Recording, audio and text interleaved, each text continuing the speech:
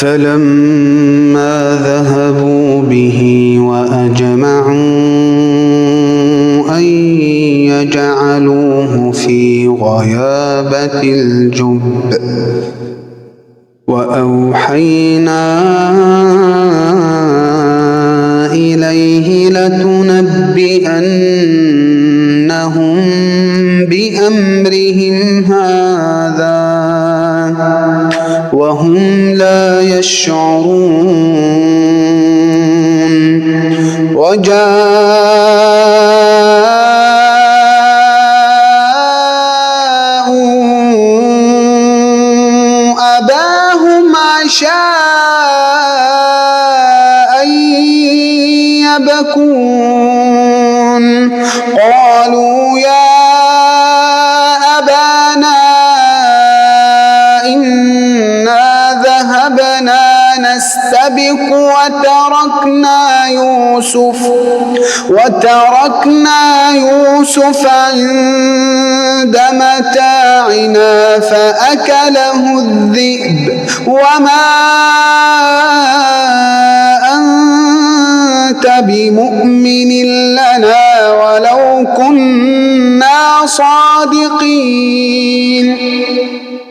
وجاءوا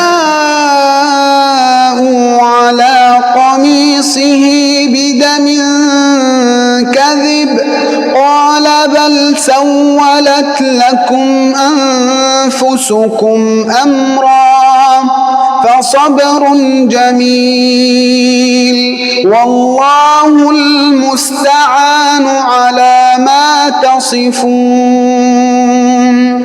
وجاءت سيارة فأرسلوا واردهم فأدلى دلوه قال يا بشرى هذا غلام وأسروه بضاعة والله عليم بما يعملون.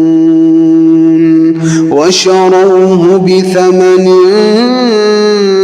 بخس دراهم معدودة وكانوا فيه من الزاهدين. وقال الذي اشتراه من مصر لامرأته أكرمي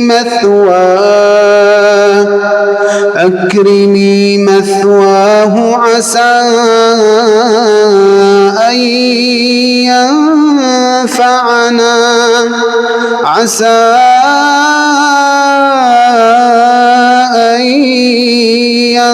ينفعنا أو نتخذه ولدا وكذلك مكنا ليوسف في الأرض ولنعلمه من تأويل الأحاديث والله غالب على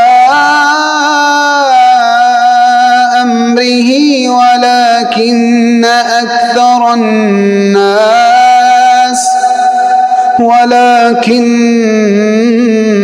أكثر الناس لا يعلمون. ولما بلغ أشده آتيناه حكما وعلما وكذلك نجزي